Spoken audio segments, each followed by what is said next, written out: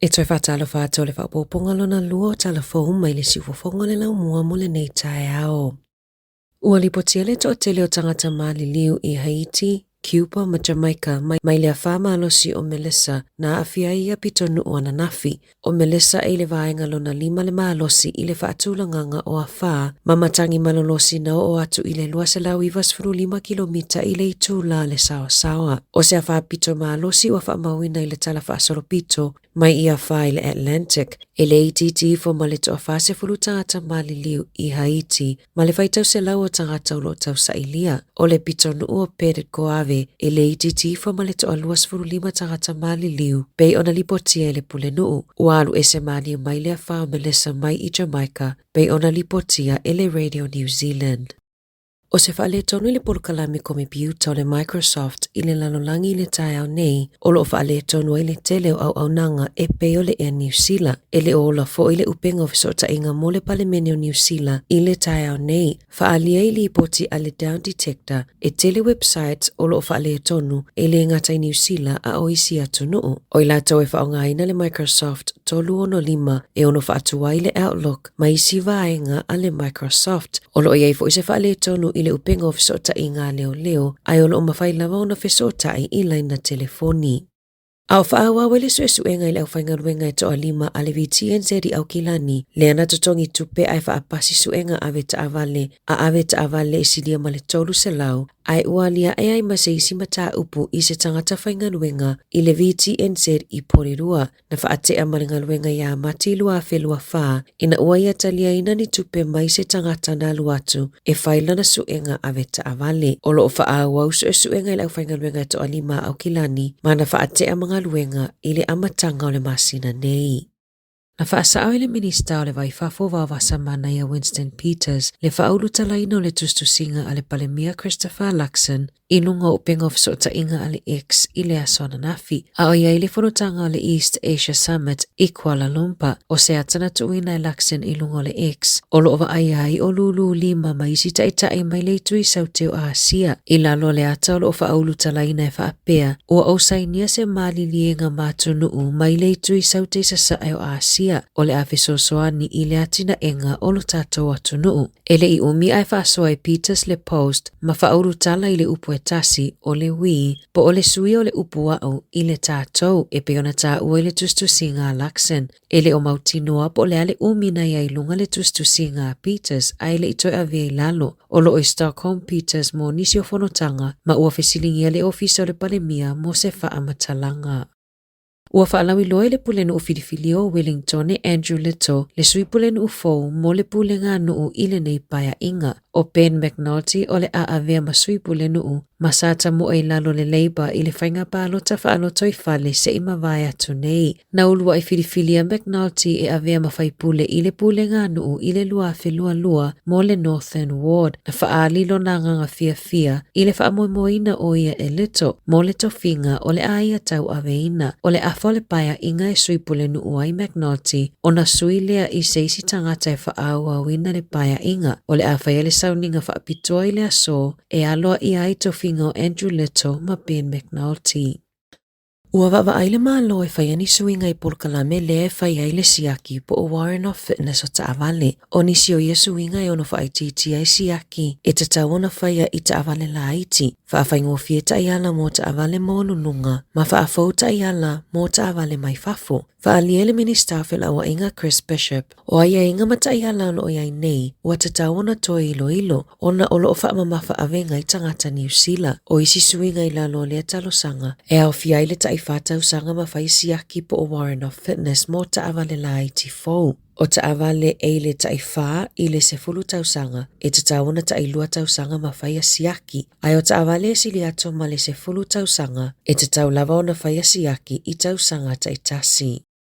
O iai se popolenga inisi o tina e ai ala tau pepe lalo le ta I fitu maasina e whaapea ua la iti tele pe a whai atu I pui o le misela. Faaliele Health New Zealand, ele i o ngaonga tele le pepesi o le misela e ono o ai i se isi la asanga, e fai ai tui pui pui mo tamaiti lalo se fululua maasina. O le tamale tina ia Jesse Day mai loa hat, e 5 maasina le matua, fitu maasina e la ititi pe le iangava ai, i tui o le misela, mumps ma le rubella, po o le MMR vaccine. Ai vave po ia le misela, pe ona ta ua ele soifua malolo i na New Zealand. Faaliele tina ia Jesse, na ia vilina fale mai pe mawhai ona whaia se tui pui pui o lana pepe 5 maasina. Ona opopo lenga i le ono pesi e le misela. Mana tali le fale mai whaapea e mawhai ona puk. Ai tutongi le lua se lau ono sfulu tala e whai ai le tui. O se tupe tele pe ona saunoa Jesse, ai nau lava e tutongi, ona mana o e malu pui pui alo na alo. Ua wala au Jesse i le malo, e te tau ona whaifua tui mo tamaiti lalo le tai se fululua maasina, ona o se pāpui pui lea mo le tele o mātua peitai, na ta ua se tasi o tina, ele o taliaina e lana fo mai, le whai o le tui pui pui o lana tama fitu maasina, se iwanga na olo o fuafua e malanga e se atu ma New Zealand. Na mawhaina maole appointment i se tasi o fale mai tuma oti peitai, na toe tolo ele fo mai ai toe tasi le itu lao le appointment, ma le wha amatalanga e wha apea, ele i oile tai me whai ai tui pui pui, mo tamaiti lalo le tai se fululua maasina, se iwanga na ua wha atetele le pepesi o le misela i le atunuu.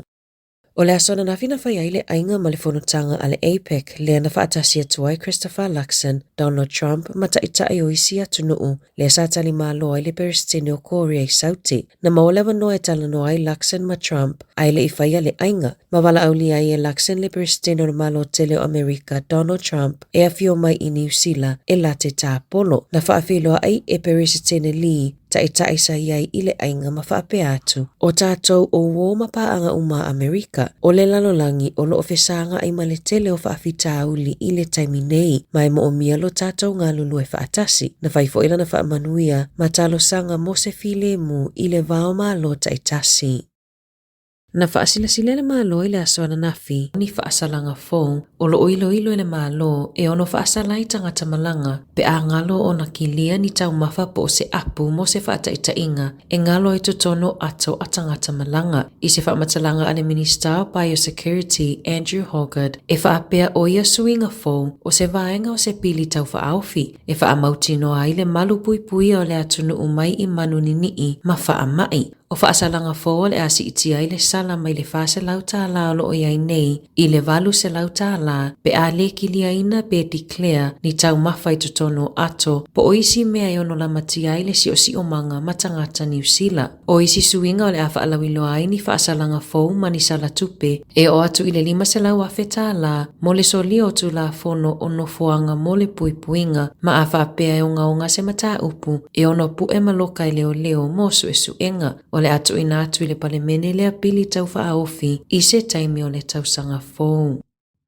O le atu tu a aile Minister Erica Stanford i polesili o kamupani ma pisinisi i le avio na latou whaamua i tangata sa ilinga luenga mai fafo. Ai whaatuatua na ai le whaitau wafe o tangata New Zealand o loo sa ilinga luenga. O ni nai maasina o iluma e umaile au ngā o visa o le toatele o tangata whainga luenga mai fafo na malanga mai New Zealand i le taimi na toi tatalai whainga malanga mai le COVID. Saunoa Stanford e silia maletasi mai le ono o kamupani na manana o i tangata whainga luenga mai fafo la tau tele ilongo ina le MSD moni tangata New Zealand o sa ilinga luenga. Ele ilawa fo ile whaalawi loanga o hawa noa whainga luenga. Na whailo e Stanford ile konferenisi whaale tausanga a le Association for Migration and Investment. E whaapea e silia ma le luasfulu afe tangata New Zealand ele aininga luenga. Talona a matatu inatu visa mo tangata whainga luenga mai fafo e iaito mai whaapitoa po ole accredited work visas ile luafe lua. Ole tele o tangata whainga luenga mai fafo e malanga mai ile taitolu tausanga pe a whai ele isuia pe mawani o lato visa no fo mau. Saunoa Stanford e tatawi pisinisi makamupani o nangalu lue male MSD e whaamauti noa o avele whaamua i tangata New Zealand le aininga luenga o na ole to atele o i lato e lea ngava ai benefiti o na o tupe maua ao lato a inga.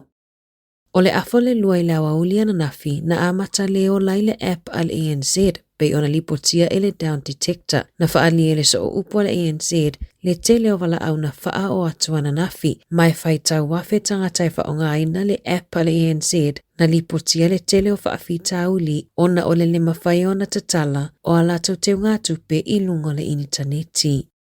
Na lifi I le helikopa se tamaititi mai sea o ngai Northland e na nati le fale mai o tamaiti au kilani o na le mai ti ngaina. Na nati atu le taawa le fale mai ina uawili ina le aonga a kaikohe East School I le peao le afol sifulutasi I le taeao ana nafi. Na faatasi atuai maisi au nanga a le fale mai e au fiai ma le helikopa. Na lipotie le Radio New Zealand ua mai a faya se taotonga faafuasei a le tamaititi ma olo o tau fia nei I le fale mai. Tala fōia mai le si ufofonga le lau mua mo le nei waenga o le tae ao.